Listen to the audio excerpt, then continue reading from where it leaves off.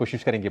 लेकिन पहले mid cap में मेगा एक्शन से जुड़ी 3 तस्वीरें आपके लिए लेकर आएंगे और उसके जरिए आपको बताएंगे कि जो मेजर जो ट्रेंड है खबरों का वो कहां पर देखने को मिलता है। तो बीएसई पहली तस्वीर आपको देखिए, बीएसई की नुआमा की खरीदारी की राय है। लक्ष्य है 6,730 रुपए का। 2 दिन में 11-12% के आसपास का उछाल हो गया है। तेजी बढ़ती जा रही है इसकी। डिक्सन टेक में भी आज हम तेजी देख रहे हैं, हालांकि ऑलरेडी काफी ज्यादा चला हुआ शेयर है। एमके की एक रिपोर्ट आई थी डिक्सन को लेकर, 20,000 रुपए के टारगेट उन्होंने सुझाए हैं और शेयर फिलहाल ये 2.5-3% की तेजी के साथ कारोबार कर रहा है। लेकिन अनुमान से अच्छे नतीजे आए थे एचडीएफसी एएमसी के और हम देख रहे हैं कि शेयर में तेजी है। कल के सत्र में नतीजे आए थे, आज हम देख रहे हैं कि शेयर में एक्शन है। आय में 5.5% और मुनाफे में करीब 11% के आसपास की बढ़त है। कल हमने शेयर को सुस्त होते हुए देखा, लेकिन आज बढ़िया बाइंग इसमें लौटी है और वायदा के सबसे ज्यादा चढ़ने वाले शेयरों में तीसरे नंबर पर फिलहाल ये शेयर कारोबार कर रहा है। दिशा का इंतजार है और दिशा कौन देगा, जो है बाजार के दिग्गज। तो रिलायंस इंडस्ट्रीज के नतीजे कल जारी होंगे। नतीजों को लेकर क्या उम्मीदें हैं, क्या अनुमान हैं, ये बताने के लिए हमारे सहयोगी वरुण दुबे हमारे साथ जुड़ गए हैं। वरुण, सबकी नजरें होंगी क्योंकि देखिए टीसीएस के नतीजे आगे वो थे, रिलायंस से भी अब काफी उम्मीदें होंगी। क्या उम्मीदें हैं रिलायंस को लेकर? देखिए, रिलायंस के नतीजे ठीक ठाक रहेंगे, कोई बड़े फायरवर्क्स आपको देखने नहीं मिल सकते। जो भी सपोर्ट मिलेगा वो खासकर जियो का कारोबार जो है वहाँ से मिलेगा। इसके अलावा रिफाइनिंग कारोबार जो है वहाँ पे ठीक ठाक प्रदर्शन रहने वाला है। पहले मैं आपको नंबर्स बता देता हूँ। आय में हमारा अनुमान है 4.5% के आसपास की बढ़ोतरी होगी। एबिटा में भी उतनी ही बढ़ोतरी होगी। मार्जिन अगर आप देखेंगे तो 16.9% से बढ़ के करीब 17.2% के आसपास आ सकते हैं, यानी करीब 30 बेसिस पॉइंट के आसपास की बढ़ोतरी यहाँ पे होगी। और कंपनी का मुनाफा जो है वहाँ पे करीब 10 से 11% के आसपास की बढ़ोतरी का अनुमान लगाया जा रहा है। 18,337 करोड़ रुपए के आसपास ये आएगा। खासकर जियो का कारोबार अगर आप देखेंगे तो जो टैरिफ हाइक्स कंपनी ने लिए थे इसके पहले, उसका इम्पैक्ट देखने मिलेगा। और यहाँ पे आय और एबिटा में 5% के आसपास की बढ़ोतरी। आरपू जो है उसमें 6% के आसपास की बढ़ोतरी होगी। 195 से बढ़ के करीब 206 के आसपास जो है इस कंपनी का आरपू जो है वो जा सकता है। जहाँ तक कंपनी के बाकी कारोबार की बात करें तो ऑयल टू केमिकल कारोबार जो है वहाँ पे प्रदर्शन थोड़ा बहुत कमज़ोर ही रहने वाला है, कोई बड़े फायरवर्क्स की उम्मीद वहाँ पे भी नहीं है। रिटेल कारोबार सबड्यूड ग्रोथ रहने वाली है इस बार, नो डाउट। कॉटन कोटा अगर आप देखेंगे तो फेस्टिवल्स की वजह से थोड़े बहुत सुधार होगा, लेकिन साल दो साल अगर आप देखेंगे तो महज 0.5% के आसपास की ग्रोथ जो है वही आपको देखने मिलेगी कंपनी के रिटेल कारोबार में। पेटकेम दबाव में रहने वाला है। रिफाइनिंग में अच्छी खासी बढ़ोतरी हो सकती है और जीआरएम्स में बढ़ोतरी होगी, क्योंकि इस बार जो सिंगापुर जीआरएम्स है कॉटन वहाँ करीब 38% के आसपास की बढ़ोतरी देखने मिली थी। तो यहाँ पे आप नजर रखिएगा कि किस तरह के जीआरएम्स रिलायंस क्लॉक करता है।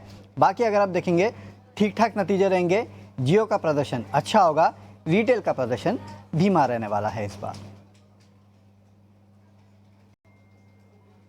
जियो का प्रदर्शन अच्छा होगा, रिटेल का प्रदर्शन धीमा रहेगा। O2C यानी कि ऑयल टू केमिकल कारोबार पर भी थोड़ा सा प्रेशर देखने को मिल सकता है। ओवरऑल ठीक ठीक, कोई बड़े फायरवर्क्स मतलब धूम धड़ाके नतीजे नहीं आएंगे रिलायंस के। हाँ, आरपू जो है एवरेज रेवेन्यू पर यूजर, प्रति व्यक्ति औसत आय जो टेलीकॉम में है वो 200 रुपए के ऊपर पहुंचना एक पॉजिटिव ट्रिगर होगा रिलायंस के लिए।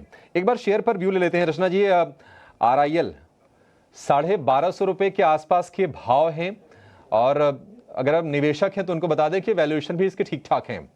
आपकी राय क्या है, इसके चार्ट्स कैसे लग रहे हैं आपको? देखिए, अगर आप लॉन्ग टर्म प्लेयर हैं और उस हिसाब से रिलायंस को देख रहे हैं तो 1250 के आसपास एक्यूमुलेट करने का डेफिनेटली एक लेवल बनता है। और यहाँ पे अपसाइड पे आने वाले टाइम में लॉन्गर टर्म में, मीडियम टू लॉन्गर टर्म में हमें 1500 क्रॉस होते हुए दिखना चाहिए। और अगर आप शॉर्ट टर्म के नजरिए से देख रहे हैं एज ए ट्रेडिंग व्यू, तो यहाँ पे फ्यूचर्स पे अगर आप करंट लेवल के आसपास लॉन्ग करते हैं तो 1235 का एसएल लगा के रख सकते हैं। और अपसाइड पे आपके टारगेट हो सकते हैं 1265 एंड 1270। 1265, 1275 ये फ्यूचर्स के लेवल हैं। रिलायंस में आपको अगर लॉन्ग करना है तो ये रिकमेंडेशन 1% की तेजी आज रिलायंस में हो और ये बाजार को सपोर्ट करने का काम भी कर रहा है रिलायंस का शेयर। चलिए, परसिस्टेंट और ट्रेंड पर जरा राय दीजिए। और जाहिर सी बात है कि एक फोकस इन पर लगातार बना हुआ है। ट्रेंड खास तौर पे पिछले दिनों जो एक करेक्शन नजर आया था उसके बाद अब एक अच्छी तेजी देखने को मिल रही है। जी, जहाँ तक ट्रेंड की बात है, ट्रेंड में और परसिस्टेंट में दोनों में ही आज सुबह से बहुत ही बढ़िया मोमेंटम है। लेकिन इतना ज़रूर कहूँगी कि आज बहुत ही स्ट्रॉन्ग अपस्विंग इसने दिया है ऑलरेडी, और परसिस्टेंट तो अब रेजिस्टेंस के करीब है, और ट्रेंड में अपसाइड पे थोड़ी-सी जगह अवेलेबल है, करीब-करीब 6580 तक की। तो अभी 6480 के करीब है। तो यहाँ पे ₹100 का फर्दर अपस्विंग आ सकता है ट्रेंड में। लेकिन persistent is now close to resistance, तो परसिस्टेंट को अवॉइड करें और ट्रेंड में डिप पे बाय कर सकते हैं। और जैसे मैंने बताया उस हिसाब से टारगेट लगा सकते हैं 65-80 तक का, लेकिन डिप में बाय करना होगा, इसको भी चेज नहीं कर पाएंगे आप, क्योंकि सुबह से मोमेंटम काफी स्ट्रॉन्ग था। ठीक है, तो बाय ऑन डिप्स की सलाह ट्रेंड पर आपको मिलती हुई, और 6580 तक के लक्ष्य आपको हासिल हो सकते हैं, लेकिन याद रखिए बाय ऑन डिप्स की रणनीति। चलिए कुछ और अहम ट्रेंड्स को पकड़ते हैं। कल एक्सिस बैंक के नतीजे आने वाले हैं, अनुमान क्या बता रहे हैं? मेरे सहयोगी गौरव जावलकर हमारे साथ जुड़ चुके हैं। गौरव, जरा बताएं क्या है अनुमान, खासतौर पे बैंक के नतीजों को लेकर?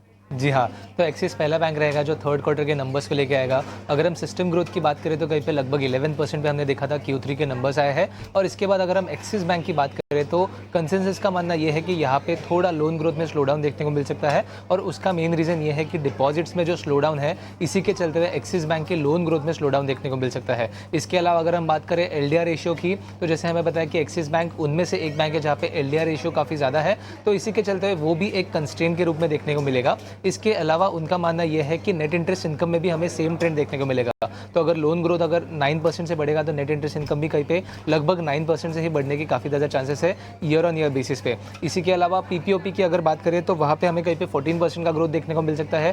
फी इनकम में यहाँ पे कहीं पे स्लो डाउन देखने को मिल सकता है, क्योंकि लोन ग्रोथ में स्लो डाउन होगा। और इसी सब का इम्पैक्ट अगर हम नेट इंटरेस्ट मार्जिन की बात करें तो वहाँ पे लगभग 6 बेसिस पॉइंट का एक गिरावट जो है इस क्वार्टर में देखने को मिल सकती है। नेट इंटरेस्ट मार्जिन जो है कहीं पे 4% पे हो सकता है। अगर हम प्रॉफिटेबिलिटी की बात करें तो वहाँ पे भी थोड़ा प्रेशर जो है सीक्वेंशियल बेसिस पे देखने को मिल सकता है, क्योंकि जैसे हमने बताया है कि सेकंड क्वार्टर में प्रॉफिटेबिलिटी थोड़ी ज़्यादा थी बैंक की, और इसी के साथ साथ थर्ड क्वार्टर में अगर हम बात करें एक्सिस बैंक की स्पेसिफिकली, तो स्लिपेजेस में थोड़ा जो उछाल है वो देखने को मिल सकता है, और इसी सब के चलते हुए कहीं पे प्रॉफिटेबिलिटी पे प्रेशर आएगा। और ROE की भी बात करें तो वहाँ पे भी कहीं पे 1.7% का नंबर जो है देखने को मिल सकता है। इसके अलावा बैंक की तरफ से कमेंट्री जो है आगे जाके नेट इंटरेस्ट मार्जिन पे वो देखनी काफ़ी ज़्यादा ज़रूरी रहेगी।